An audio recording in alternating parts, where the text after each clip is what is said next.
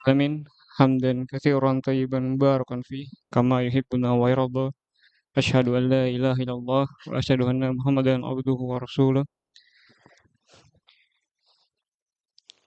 Ya, kepada jemaah Masjid Nurul Iman yang dirahmati oleh Allah, ikhwani wa akhwati hadani Allah wa iyyakum.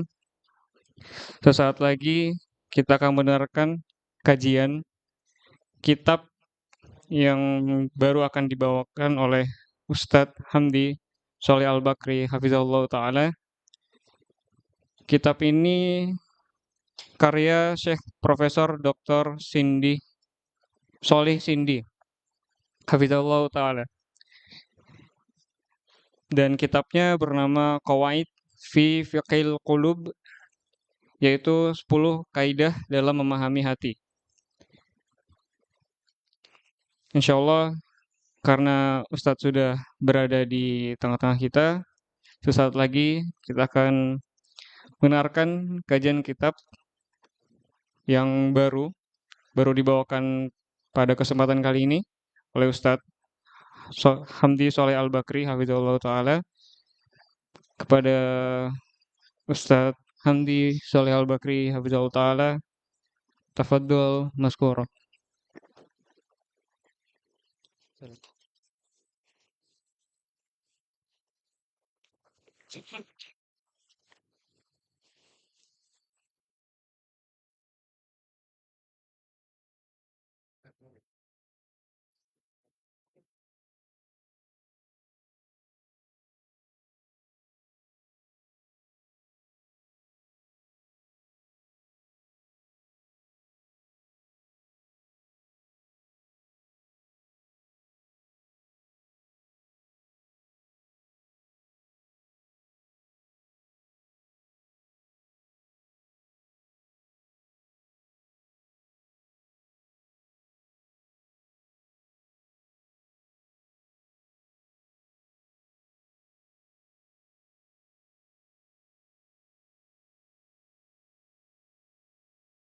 بسم الله الرحمن الرحيم. السلام عليكم ورحمة الله وبركاته.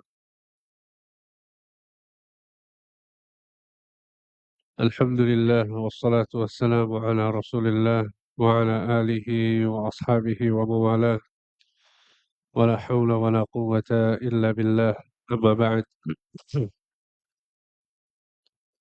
إخواني في الله وأخواتي في الدين رحمني ورحمكم الله جميعا. Alhamdulillah, kita bersyukur kepada Allah Subhanahu wa taala atas segala limpahan nikmat yang Allah berikan kepada kita semua, sehingga pada kesempatan malam hari ini Allah Subhanahu wa taala mempertemukan kita dalam forum thalabul ilm di antara rumah-rumah Allah, dan ini merupakan salah satu amal saleh yang kita berharap pahala di sisi Allah Subhanahu wa taala. Karena dalam sebuah hadis Nabi sallallahu alaihi wasallam bersabda, "Man salaka tariqan yaltamisu fihi ilman, sahhalallahu lahu bihi tariqan ilal jannah." Barang siapa yang meneliti suatu jalan dalam rangka menuntut ilmu, maka Allah akan mudahkan jalannya menuju surga. Sehingga pahalanya besar ketika seorang belajar ilmu agama dan ikhlas karena Allah Subhanahu wa taala. Dia belajar ilmu agama bukan untuk sombong kepada orang lain. Dia belajar ilmu agama bukan untuk berdebat dengan orang lain. Dia belajar ilmu agama untuk Allah, untuk dapat pahala, ya, agar dia bisa beramal, agar dia bisa istiqamah, agar dia bisa menjauh dari dosa dan maksiat. Ya, ini adalah niatan-niatan yang seharusnya dihadirkan di hati kita pada saat kita belajar ilmu agama. Dan kita berdoa kepada Allah Subhanahu wa taala, semoga Allah Subhanahu wa taala berikan keikhlasan kepada kita semua, dan semoga Allah Subhanahu wa taala berikan ganjaran yang sempurna untuk kita semua. Ikhwani fillah wa akhwati fiddin rahimani wa rahimakumullah jami'an. Insyaallah pada kesempatan kali ini, ya, dan seterusnya, kita akan mengkaji kitab Qawaid fi Fiqhil Qulub karya Syekh Saleh bin Abdul Aziz bin Uthman Sindi hafizahullah taala. Qawaid fi Fiqhil Qulub. Ya, judul bukunya adalah Qawaid fi Fiqhil Qulub. Kaidah-kaidah dalam memahami hati. Kaidah-kaidah dalam memahami hati. Ya, penulis kitab ini adalah Syekh Saleh bin Abdul Aziz bin Utsman Siddi, dan beliau adalah um, seorang ulama dari kota Madinah. Ya, seorang ulama dari kota Madinah, dan beliau guru besar di Universitas Islam Madinah. Ya, beliau adalah profesor dalam bidang akidah yang sampai saat ini beliau aktif ya berdakwah, mengajar ya baik di kota Madinah ataupun di luar kota dan juga luar negeri. Ya, bahkan belum lama Syekh Saleh Sildi hafizahullah beliau berkunjung ke Indonesia ya sekitar 2 bulan atau 3 bulan yang lalu. Ya, sehingga maksudnya adalah bahwa beliau ya yang menulis kitab ini Qawaid fi Fiqhil Qulub, kaidah-kaidah dalam memahami hati. Dan pelajaran tentang hati ini penting. Ya, seorang berusaha untuk mempelajari tentang hati. Ya, karena hati adalah sumber kebaikan. Hati adalah sumber kebaikan. Nabi Muhammad SAW bersabda dalam sebuah hadis, "Ala wa illa fil jasadi mudghah, idza salahat salaha sairul jasad, idza salahat idza salaha ya salahal jasadu kulluh, wa idza fasada fasadal jasadu kulluh. Ala wahiyal qalb." Kata Nabi SAW, sesungguhnya di dalam diri seseorang itu ada segumpal daging. Jika dia baik, maka seluruh tubuhnya akan baik. Dan jika dia rusak, maka seluruh tubuhnya akan rusak. Apa itu? Ala wahiyal qalbu, yaitu kalbu seseorang. Ya, kalau diterjemahkan kita biasa menyebutnya dengan hati. Ya, hati seseorang. Ya, sehingga ini adalah sumber kebaikan dan keburukan pada diri seseorang, yaitu hatinya. Kalau hatinya baik, amalan-amalannya akan baik. Ucapan lisannya akan baik. Sikap-sikapnya akan baik. Kenapa? Karena hatinya baik. Makanya Nabi SAW dalam sebuah hadis mengatakan at-taqwa hahuna, at-taqwa hahuna, at-taqwa hahuna. 3 kali. Nabi SAW mengatakan sesungguhnya ketakwaan adalah di sini sambil menunjuk di dadanya. Ketakwaan adalah di sini, ketakwaan adalah di sini. Maksudnya adalah sumber ketakwaan seseorang yang dia kerjakan dengan tangannya, dengan kakinya, ya, itu sumbernya adalah di hatinya. Kalau hatinya baik, sikap-sikapnya akan baik. Kalau hatinya buruk, kotor, rusak, maka sikap-sikapnya juga akan buruk. Ya, sehingga seseorang berusaha untuk memperhatikan hatinya. Bahkan Nabi Muhammad SAW sebelum beliau diangkat menjadi Nabi dan Rasul, ketika beliau berumur 4 tahun, Allah Subhanahu Wa Taala mempersiapkan kenabian dan kerasulan dengan apa? Ada kejadian apa ketika Nabi umur 4 tahun? Dibelah dadanya. Betul, adik. Ya, hatinya dibelah. Makanya dalam sebuah riwayat disebutkan ya bahwa Nabi SAW pada saat itu sedang main bersama anak-anak yang sebaya dengan beliau.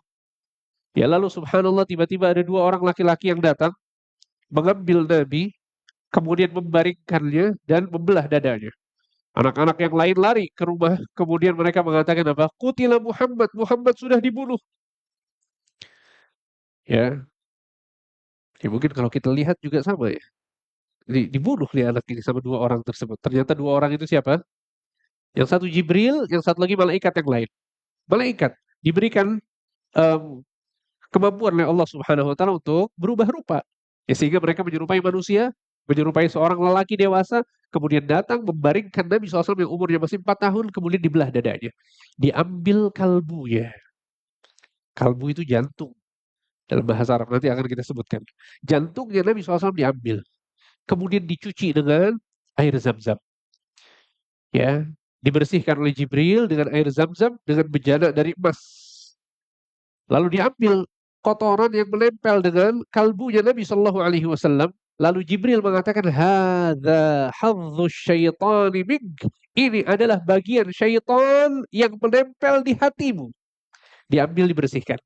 Kemudian dikembalikan lagi jantungnya, kemudian dijahit oleh Jibril alaihissalam. Anas bin Malik, seorang sahabat yang mulia, dan Anas ini pembantunya Nabi ya, pelayannya Nabi. Bertemu Nabi Shallallahu Alaihi Wasallam ketika Nabi SAW di Madinah. Kata Anas, sesungguhnya aku melihat di dadanya Nabi SAW ada bekas apa? Bekas jahitan. Sehingga ini benar terjadi. Benar terjadi. Dan ini mukjizat dari Allah Subhanahu Wa Taala. Dan antum nggak perlu coba-coba ya. Habis dengar kajian merawat hati, akhirnya dibelah dada, nggak hidup lagi. Ya, jadi ini mukjizat. Makanya Ibnu Hajar Al-Asqalani mengatakan bahwa ini adalah termasuk hadis yang tidak bisa difikirkan dengan akal seseorang.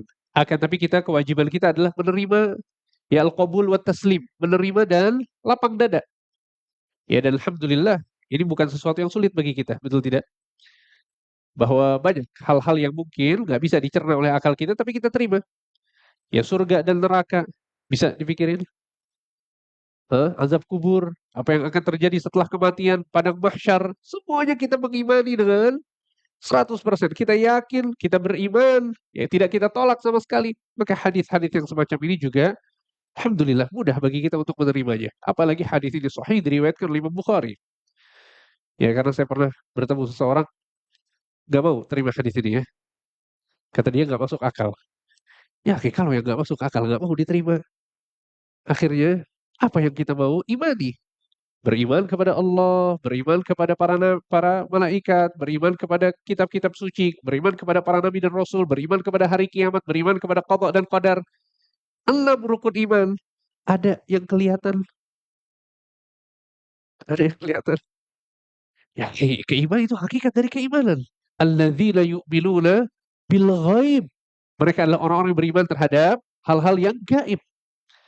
Ya, sehingga maksudnya adalah bahwa ini yang terjadi pada Nabi Shallallahu Alaihi Wasallam ketika umur beliau 4 tahun sebagai bentuk persiapan sebelum jadi Nabi dan Rasul. Lihat, yang dipersiapkan apanya? Hatinya.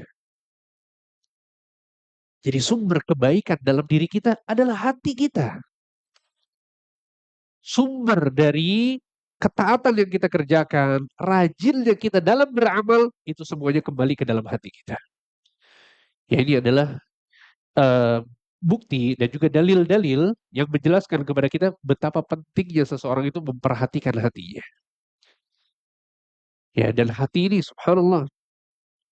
Ya, dan maksud dari hati di sini, ya, maksud dari hati yang kita bahas, karena judul bukunya adalah Qawaid fi Fiqhil Qulub, kaidah-kaidah dalam memahami hati. Maksud dari hati di sini. Dalam bahasa Arab, al-qalbu, dalam bahasa Arab al-qalbu itu memiliki 2 makna. Yang pertama adalah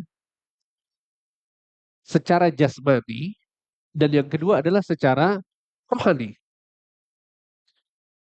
Yang secara jasmani, al-qalbu adalah organ yang dimiliki oleh setiap manusia. Kalau dalam bahasa Indonesia, al-qalbu adalah jantung. Al-qalbu, ya, kalau dalam bahasa Indonesia adalah jantung yang memompa darah, yang terletak di sisi kiri dada, yang merupakan organ utama dalam tubuh. Karena fungsinya adalah untuk memompa darah ke seluruh tubuh. Ya, dan ini tidak hanya dimiliki oleh manusia, tapi hewan-hewan juga memiliki organ yang sangat penting ini. Ya, dan hati secara jasmani ini atau kalbu jantung ini, ya, yang membahasnya adalah para dokter, ya, ahli anatomi dan yang semisal mereka. Sehingga ini adalah makna dari al-qalbu yang pertama. Ya, bahwa arti dari al-qalbu adalah organ. Kalau dalam bahasa Indonesia diterjemahkan dengan jantung. Bisa difahami sampai di sini? Kemudian makna yang kedua adalah al-qalbu secara rohani, yaitu diterjemahkan dalam bahasa Indonesia biasanya adalah hati. Ya, tapi bukan hati organ ya. Bukan hati organ, tapi hati seseorang. Ya, ketika antum sakit hati, pernah sakit hati? Pernah sakit hati? Ya, apa yang sakit? Organ hatinya atau bukan? Bukan. Nah, itu maksudnya. Paham? Ya, ini lebih mudah daripada mendefinisikan ya. Itu makna yang kedua. Al-qalbu secara rohani itu hati dalam bahasa kita. Ya, sakit hati, kemudian kecewa, ya, itu maksudnya. Yaitu hati, ya, secara maknawi. Taib secara rohani.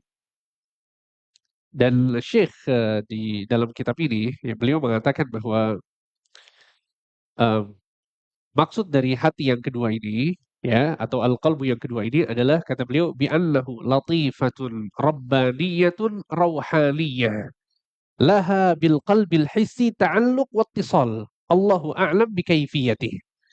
Ya kata Syekh, makna yang kedua ini ya didefinisikan dengan sesuatu yang bersifat lembut, latifah, rabbaniyah yang berasal dari Allah dan ruhaniyah ya yang memiliki hubungan dengan hati jasmani, maksudnya kalbu, dengan jantung.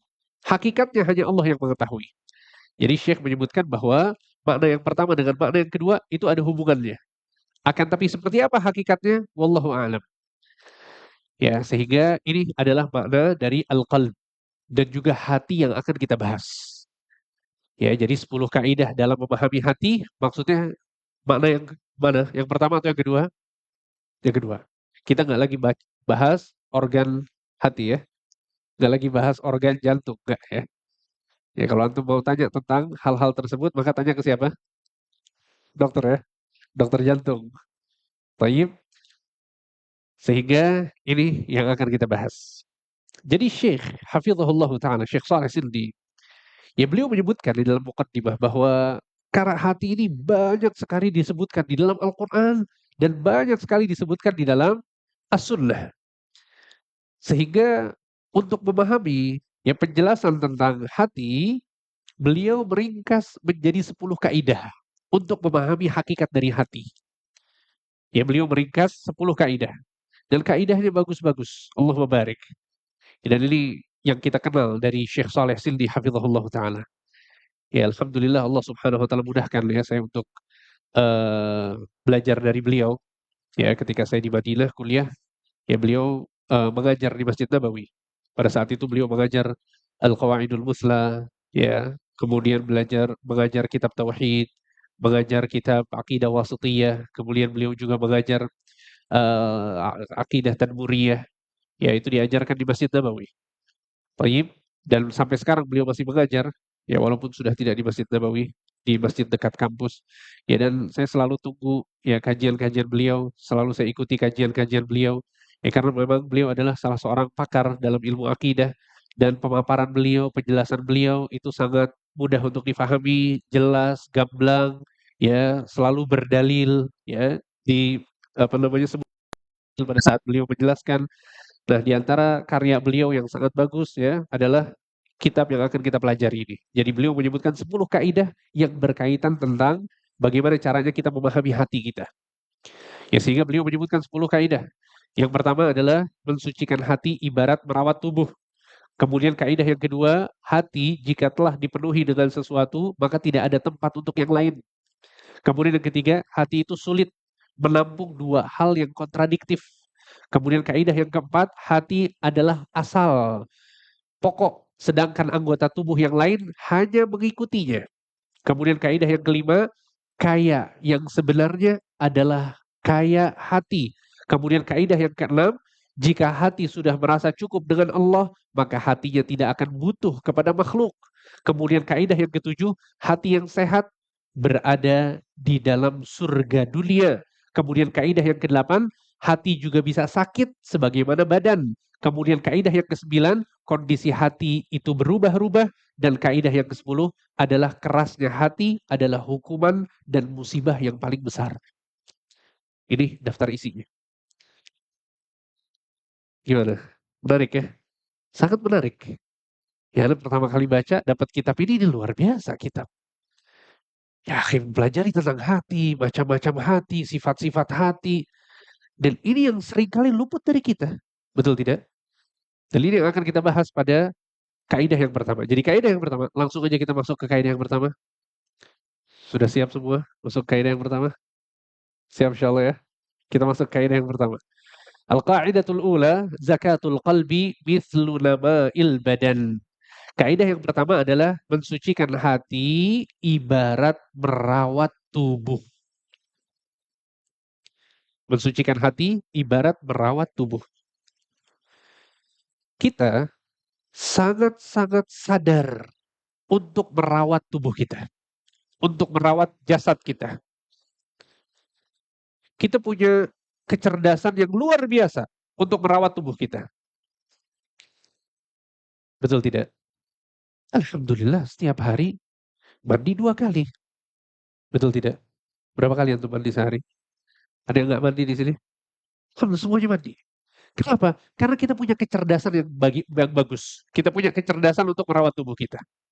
Setiap hari kita makan. Ada yang nggak makan di sini? Nggak ada, semuanya makan.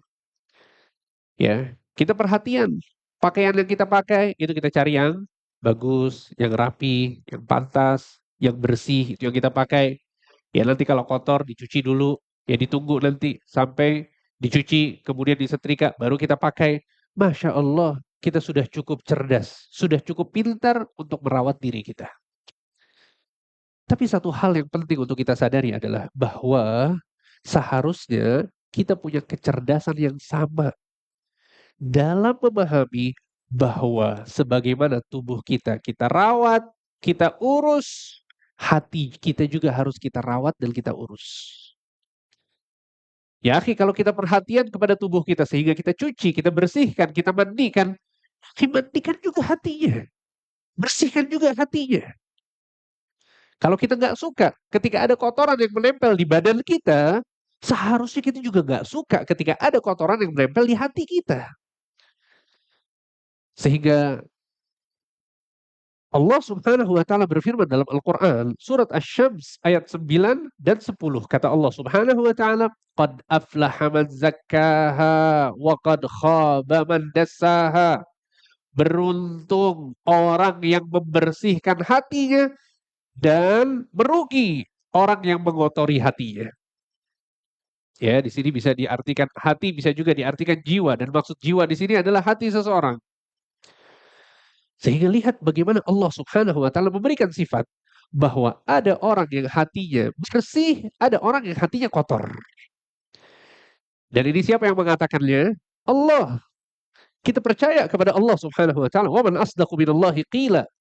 Wa man asdaqu minallahi haditha. Tidak ada perkataan yang lebih benar daripada perkataan Allah dan tidak ada perkataan yang lebih jujur daripada perkataan Allah Subhanahu wa taala. Sehingga Allah yang menjelaskan bahwa ada orang-orang yang jiwanya hatinya itu bersih. Ada orang-orang yang jiwanya hatinya itu kotor.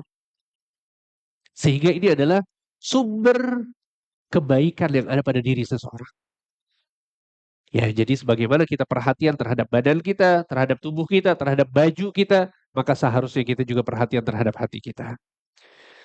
Ya, dan juga dalam sebuah hadis Nabi Shallallahu Alaihi Wasallam bersabda, Innallaha la yanzuru ila ajsadikum wala ila suwarikum. Sesungguhnya Allah tidak melihat kepada tubuh-tubuh kalian dan kepada rupa-rupa kalian. Ya, Masya Allah. Lihat, perhatikan dengan baik hadis ini. Ini hadis agung, luar biasa. Hadis ini kaidah dalam menjalani kehidupan, Bapak Ibu sekalian. Ternyata, tubuh yang selama ini kita rawat, baju yang selama ini kita bersihkan, rupa kita yang setiap hari kita menaruh perhatian yang sangat besar, apa kata Nabi? Allah tidak melihat kepadanya. Allah tidak melihat kepada badan kalian, tubuh kalian, Allah juga tidak melihat kepada rupa-rupa kalian. Kemudian kata Nabi SAW, walakin akan tetapi yanzuru ila qulubikum wa asyara bi asabi'ihi ila sadrihi. Akan tetapi Allah melihat kepada hati-hati kalian dan Nabi SAW menunjuk dengan jarinya ke dadanya. Subhanallah. Yang selama ini kita rawat, yang selama ini kita perhatikan, ternyata nggak dilihat sama Allah. Yang dilihat sama Allah justru hati kita. Pertanyaan terbesar adalah seberapa rajin kita merawat hati kita. Seberapa pandai kita merawat hati kita. Ini hadis luar biasa, teman-teman sekalian. Ya, berubah cara kita memandang diri kita dan jiwa kita. Ternyata yang terpenting itu hati kita, yang ada di dalam dada kita. Ya bukan tubuh kita, bukan rupa kita. Subhanallah. Ya bahkan dalam sebuah ayat, yaitu surat Al-A'raf ayat 152, Allah Subhanahu wa taala berfirman, "Wa rahmati wasi'at kulla syai'." Kata Allah Subhanahu wa taala, dan rahmatku meliputi segala sesuatu. Rahmatnya Allah luas, meliputi segala sesuatu. Apa kata Allah? Fasa'aktubuha lilladzina yattaqun wa yu'tunaz zakah. Maka aku akan tetapkan rahmatku bagi orang-orang yang bertakwa dan mensucikan hatinya. Orang-orang yang bertakwa dan mensucikan hatinya, membersihkan hatinya, mereka yang akan mendapatkan rahmat dari Allah Subhanahu wa taala. Ya ternyata sepenting itu. Sepenting itu hati kita. Sepenting itu kita membersihkan hati kita. Ya, kemudian dalam surat Thaha ayat 74 dan 75, Allah Subhanahu wa taala berfirman, "Innahu may ya'ti rabbahu mujriman fa inna lahu jahannama la yamutu fiha wa la yahya." Sesungguhnya barang siapa yang datang kepada Tuhannya dalam kondisi berdosa, maka sungguh baginya adalah neraka jahanam. Lihat, kata Allah, yang datang kepada Allah nanti di hari kiamat, membawa dosa, seorang dosa, tempatnya adalah neraka jahanam. Kemudian kata Allah, "Wa may ya'tihi mu'minan qad 'amila shalihat fa ulaika lahumud darajatul 'ula." Adapun orang yang datang kepada Allah dalam kondisi beriman dan melakukan amalan-amalan soleh, maka mereka adalah orang-orang yang akan mendapatkan derajat yang tinggi. Lihat, Allah menyebutkan ada dua ya model manusia di hari kiamat nanti. Dosa dan yang beriman dan beramal soleh. Dosa tempatnya di neraka, yang beriman dan beramal soleh tempatnya di mana? Fid darajatil ula, di tingkatan yang sangat tinggi, derajat yang tinggi. Jannatu 'adlin tajri min tahtihal anharu khalidina fiha, yaitu surga-surga Aden yang mengalir di bawahnya sungai-sungai, mereka kekal di dalamnya. Kemudian di akhir ayat Allah mengatakan, "Dzalika jazaa'u man tazakka." Dan itulah balasan bagi orang-orang yang mensucikan hati mereka. Allahu Akbar. Ternyata surga nih yang disediakan oleh Allah pada akhirnya untuk siapa? Yang hatinya bersih. Lagi-lagi pertanyaan besar ini muncul. Seberapa serius kita bersihkan hati kita? Kalau kita mau membersihkan hati, tahu caranya gimana membersihkan hati. Ini kan ilmu yang harus dipelajari. Oleh karena itu kata para ulama, ya yang harus dilakukan oleh seseorang ketika dia mau membersihkan hatinya adalah dua perkara. Yang pertama, dia berusaha untuk menjaga hatinya jangan sampai terkena kotoran. Dia berusaha untuk menjaga hatinya jangan sampai terkena kotoran. Ya. Kalau sudah terkena kotoran, apa yang harus dilakukan? Yang dilakukan adalah yang kedua, dibersihkan. Ya.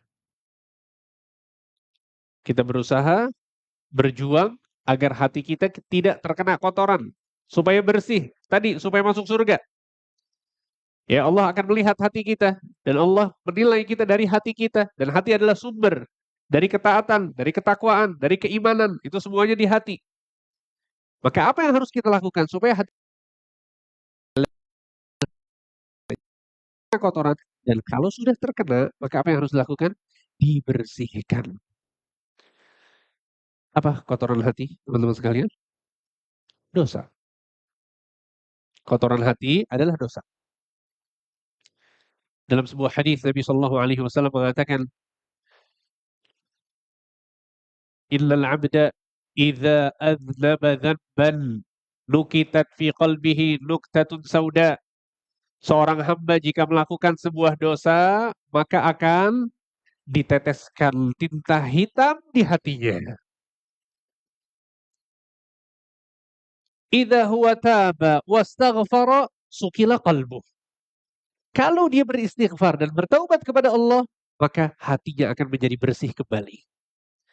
Masya Allah, hadis dari Nabi yang menjelaskan kepada kita tentang hakikat dari kotoran yang menodai hati kita. Ternyata, sekali lagi, kotoran hati itu apa? Dosa. Ya, menjauhlah dari dosa supaya hati kita terus bersih.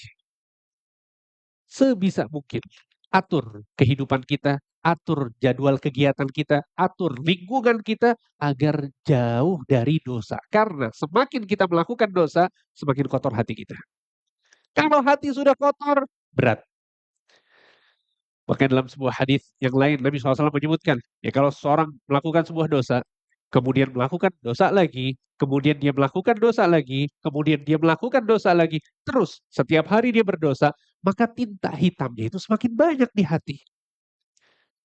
Ya, sampai dia menjadi aswad murbat kalkuzi mujakhia, hitam legam. Dia bagaikan gelas yang dibalik. Apa maksudnya?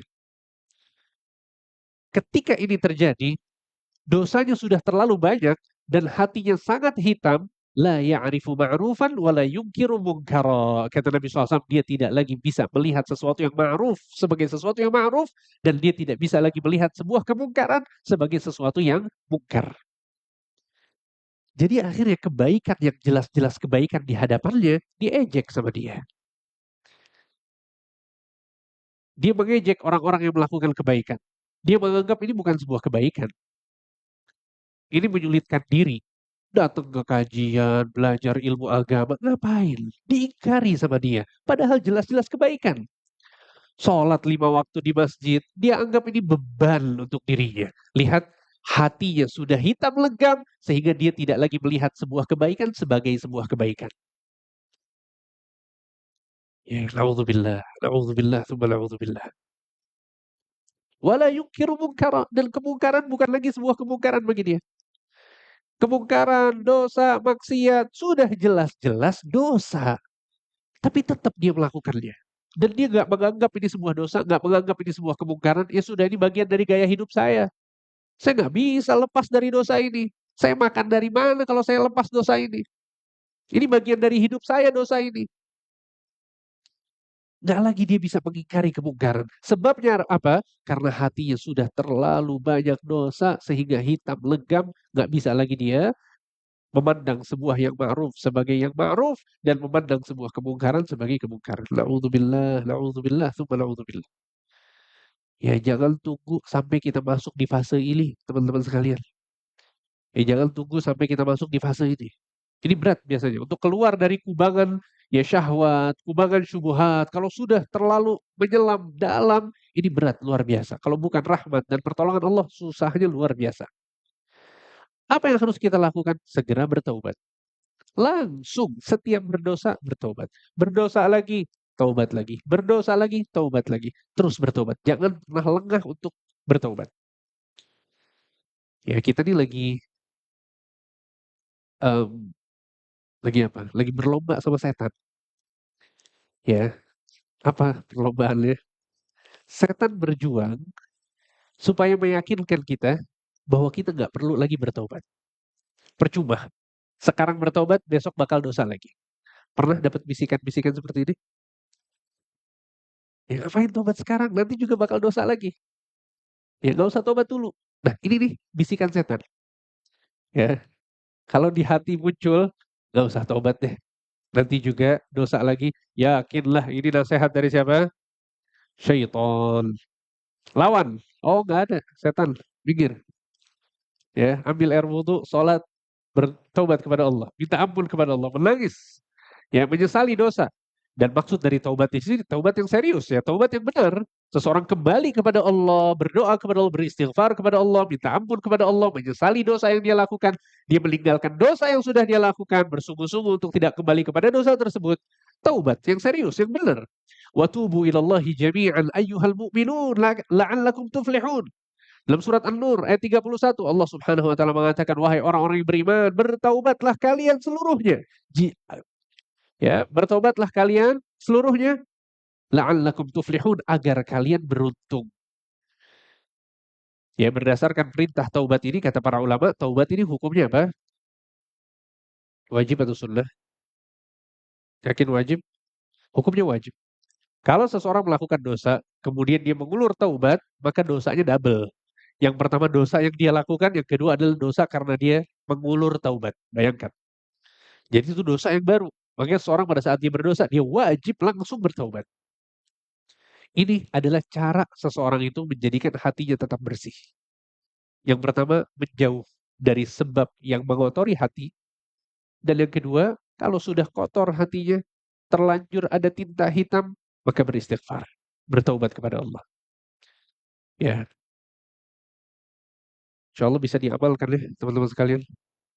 Gimana? Kita bareng-bareng nih, sepakat kita amalkan ini setelah kajian ini. Insya Allah ya, jadikan sebagai prinsip hidup kita. Dan orang yang bertakwa, orang yang soleh, orang yang solehah, itu bukan orang yang nggak berdosa. Bukan. Jadinya jangan pernah berpikir, oh saya harus bersih terus di hati nih. Nggak boleh ada kotoran sama sekali. Berarti saya nggak boleh berdosa sama sekali. Mustahil. Ya, ada di sini yang nggak pernah berdosa. Boleh angkat tangan? Boleh angkat tangan malaikat tuh berarti ya. Karena manusia itu pasti berdosa. Nabi SAW mengatakan, kullu bani Adam khata' wa khairul khata'ina tawwabun. Setiap anak Adam itu pasti melakukan banyak dosa, banyak kesalahan. Dan sebaik-baik orang yang berdosa adalah orang yang bertaubat kepada Allah. Ya, para malaikat diciptakan oleh Allah tanpa syahwat. Para malaikat diciptakan oleh Allah untuk beribadah. Setiap hari bertasbih, setiap hari sujud kepada Allah, setiap hari mengagungkan Allah. Ini tugas para malaikat. Yusabbihuna al-laila wan nahara la yafturun. Mereka bertasbih kepada Allah di siang hari dan di malam hari, dan mereka tidak pernah bosan. La yafturun. Mereka nggak pernah futur. Tahu futur? Apa itu futur? Pada saat kita nggak mau hadir kajian, ya, males-malesan itu lagi futur tuh, lagi lemah kita. Futur itu artinya lemah. Nah, para malaikat nggak pernah futur sama sekali. Tiap hari, tiap saat, tiap detik beribadah kepada Allah. Kita nggak bisa. Ya. Terus apa yang bisa kita lakukan? Tobat setiap berdosa. Ini yang harus dirutinkan. Tobat setiap berdosa. Dan sekali lagi tobatnya bukan asal-asalan. Tobatnya bukan asal-asalan. Ya, tobatnya yang benar, tobatnya yang jujur, tobatnya yang serius. Ya, ambil sejadah, gelar sejadah, duduk di atas sejadah, angkat tangan. Ya, masa harus diajarin nih? Ya, tobat yang benar, tobat yang serius. Ya, sehingga ini cara seseorang agar hatinya tetap bersih. Taib. Dan juga, tadi kan perumpamaan sebagaimana kita membersihkan tubuh kita membersihkan hati kita juga ya. Itu penjelasannya tadi. Kemudian Syekh di sini menjelaskan, sebagaimana kita punya kecerdasan yang cukup ya untuk tubuh kita, sehingga kita berusaha untuk makan makanan yang bergizi. Betul tidak? Ya, kita nih kalau mau makan, lihat-lihat dulu ya, ini bergizi atau enggak ya? Antum gitu nggak? Ya, apalagi zaman sekarang ya banyak orang yang punya pemahaman yang baik ya untuk tubuhnya. Ya dia lihat ini makanan ada gizinya atau enggak. Ya sebagian makanan gak ada gizinya sama sekali. Ya, atau sangat sedikit. Bahkan mudarat untuk tubuh. Apa contohnya? Makanan apa? Jangan sebut merek ya.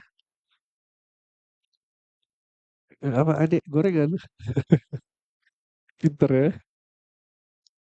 Ya sebagian makanan-makanan yang haram misalnya, ya rokok dan lain sebagainya, atau makanan-makanan yang minim gizi, ya mungkin gorengan mungkin ya, bukan mungkin lah itu, gorengan contohnya, atau makanan-makanan fast food misalnya. Tapi ada makanan-makanan, masya Allah, gizinya ya bagus, ya menyehatkan tubuh. Ya lihat, kita pilih-pilih pada saat kita makan. Dan kita sadar setiap hari kita harus makan. Ya, ada waktu pagi, ada waktu siang, ada waktu malam. Thayyib, ya terkadang lebih dari itu bahkan. Intinya adalah bahwa tubuh kita ini butuh makanan. Sebagaimana tubuh kita butuh makanan, butuh gizi, maka hati kita juga butuh makanan, butuh gizi agar dia tumbuh menjadi baik, agar dia sehat, tidak sakit, ya. Sehingga bagaimana caranya seseorang agar hatinya itu sehat, hatinya itu bergizi. Kata para ulama, gizi untuk hati yang paling afdol, yang paling bagus, yang pertama adalah tauhid dan yang kedua adalah sholat.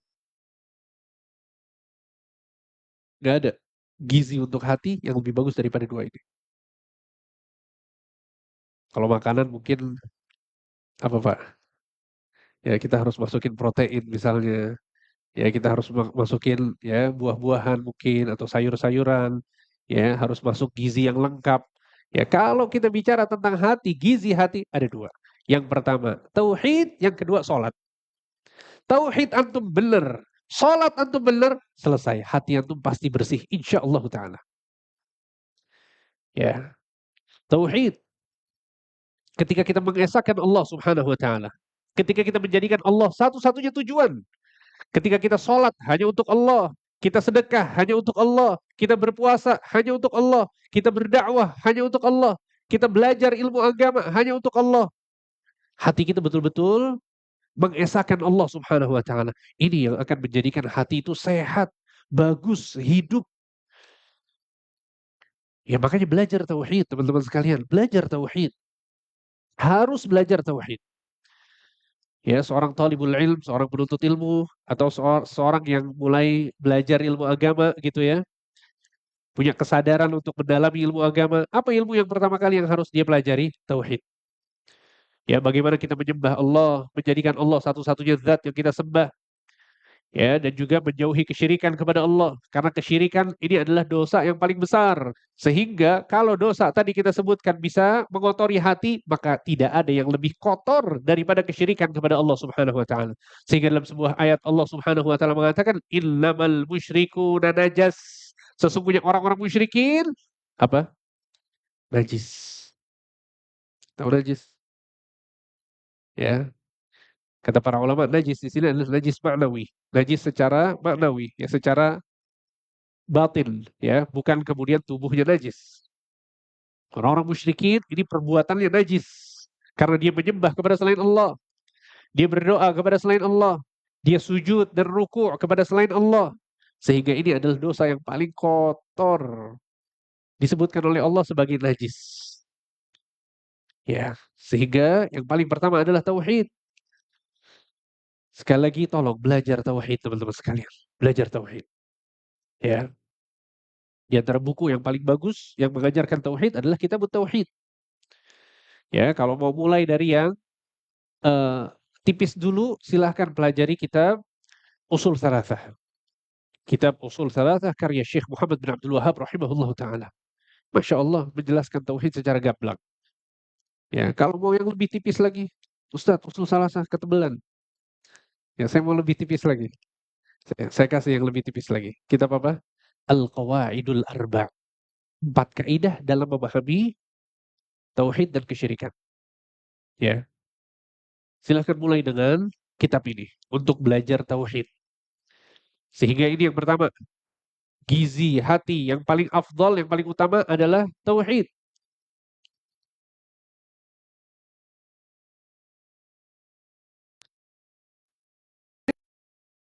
Adalah melaksanakan sholat.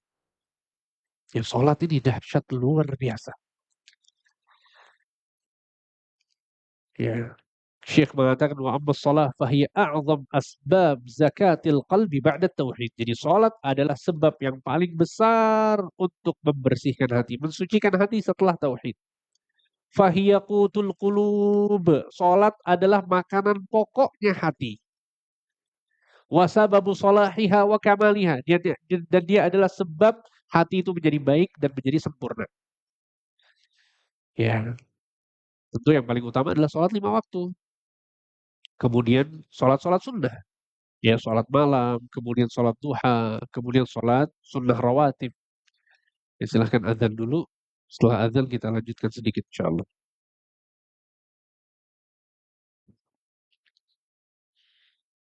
Allahu Akbar, Allahu Akbar. Allahu Akbar,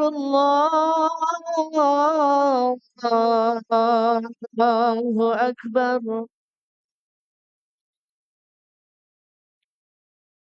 أشهد أن لا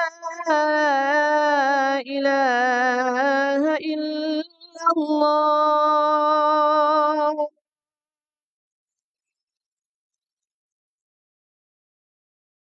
أشهد أن لا إله إلا الله.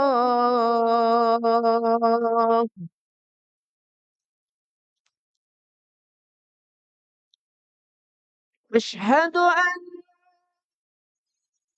محمدا رسول الله.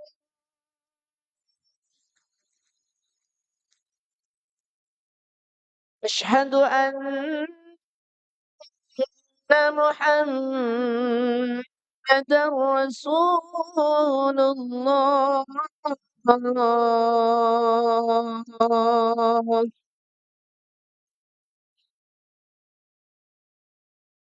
حي على الصلاة.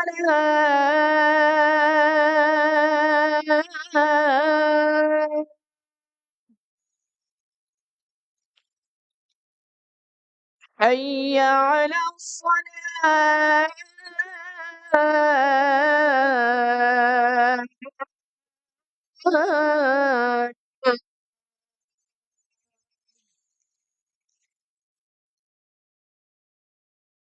حي على الفلاح.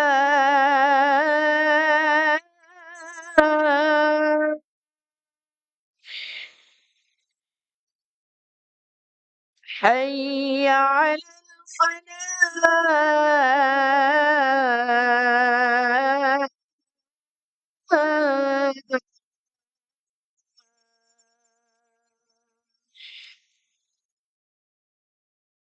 الله أكبر، الله أكبر. لا إله إلا الله.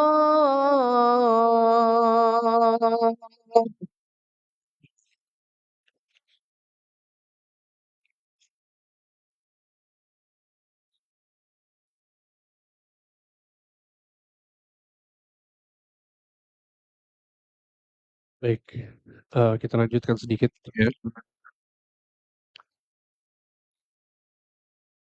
Jadi kita masih di kaidah yang pertama ya bahwa mensucikan hati itu ibarat merawat tubuh.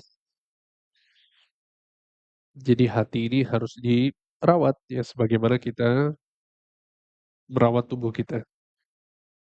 Dan gizi yang terbaik ya untuk hati kita adalah tauhid dan juga melaksanakan sholat.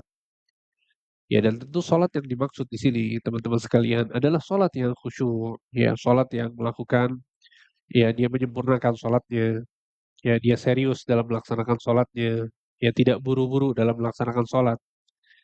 Ya sebagaimana tubuh kita, ya butuh gizi yang bagus, gizi yang baik gitu ya. Maka hati kita juga demikian.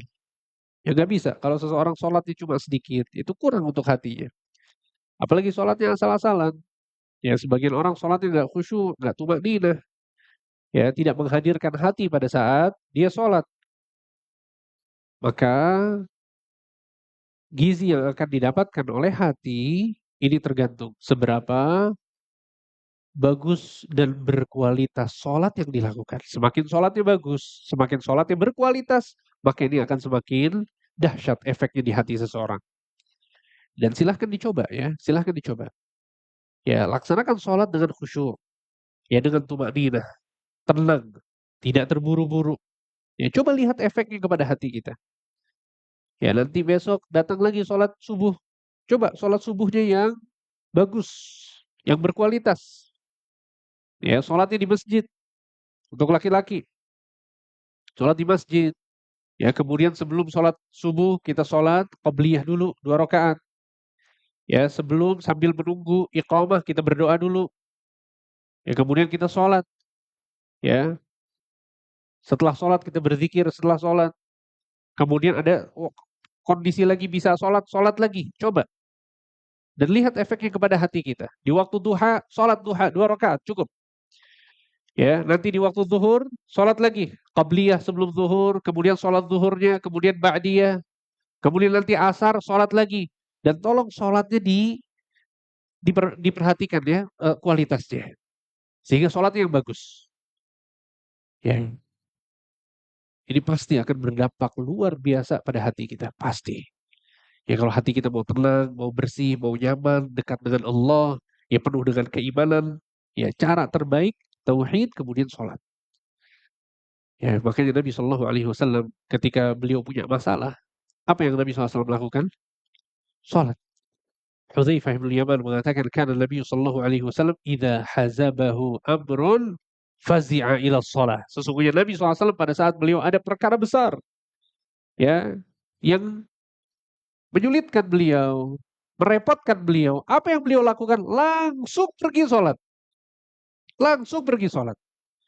Ya, ini sunnah. Ya, coba lakukan. Ya, lagi ada masalah, lagi ya kepala kita pusing sama masalah, ambil air wudhu kemudian sholat. Sholat apa yang dimaksud di sini? Tuh, sholat apa aja ya? Kalau lagi ada sholat wajib, sholat wajib. Tayyib, kalau kemudian ya ada sholat sunnah yang bisa dilakukan, silakan sholat sunnah. Ya boleh juga seseorang melaksanakan sholat sunnah mutlaqah. Apa itu sholat sunnah mutlaqah? Sholat sunnah yang tidak ada sebab. Ya, ya sudah dia mau sholat. Ya, sehingga ambil air wudhu kemudian dia sholat. Ya, sholat sunnah mutlaqah ini boleh dilakukan asalkan bukan di waktu yang terlarang. Ya, waktu yang terlarang kapan aja? Setelah subuh sampai terbit matahari, setelah asar sampai terbenam matahari, dan ditambah 3 waktu, 15 menit setelah syuruk, kemudian 15 menit sebelum zuhur sampai zuhur, dan 15 menit sebelum terbenamnya matahari, sebelum maghrib sampai maghrib. Itu 5 waktu yang Nabi SAW melarang kita untuk melaksanakan sholat sunnah mutlaqah yang tidak memiliki sebab. Adapun kalau ada sebabnya, maka dibolehkan. Sebagaimana dijelaskan oleh para ulama. Ya, sehingga itu pelajaran dan juga ilmu yang kita bahas pada pertemuan kali ini. Bahwa insya Allah mulai hari ini kita akan membahas ya kitab Qawaid fi Fiqhil Qulub. Ya, 10 kaidah dalam memahami hati. Dan kita baru saja menyelesaikan penjelasan kaidah yang pertama, yaitu mensucikan hati ibarat merawat tubuh. Insya Allah pada pertemuan yang akan datang, bulan depan, kita akan masuk ke kaidah yang kedua, yaitu hati jika telah dipenuhi dengan sesuatu, maka tidak ada tempat untuk yang lain. Ya, kalau kita mau mengisi dengan kebaikan, maka keburukan nggak akan masuk di hati kita. Tapi kalau kita maunya keburukan, maunya dosa, maunya syahwat, maka itu yang akan bercokol di dalam hati kita. Seperti apa penjelasannya? Insya Allah kita bahas pada pertemuan yang akan datang. Barakallahu fikum. Semoga apa yang disampaikan bermanfaat. Ada banyak pertanyaan yang masuk, akan tapi saya rasa apa yang disampaikan cukup jelas ya dan cukup menjawab pertanyaan-pertanyaan yang masuk. Barakallahu fikum wa sallallahu ala nabiyina Muhammad wa ala alihi wa sahbihi ajma'in. Kita tutup dengan doa kafaratul majlis. Subhanakallahumma wa bihamdika asyhadu an la ilaha illa anta astaghfiruka wa atubu ilaik. Wassalamualaikum warahmatullahi wabarakatuh.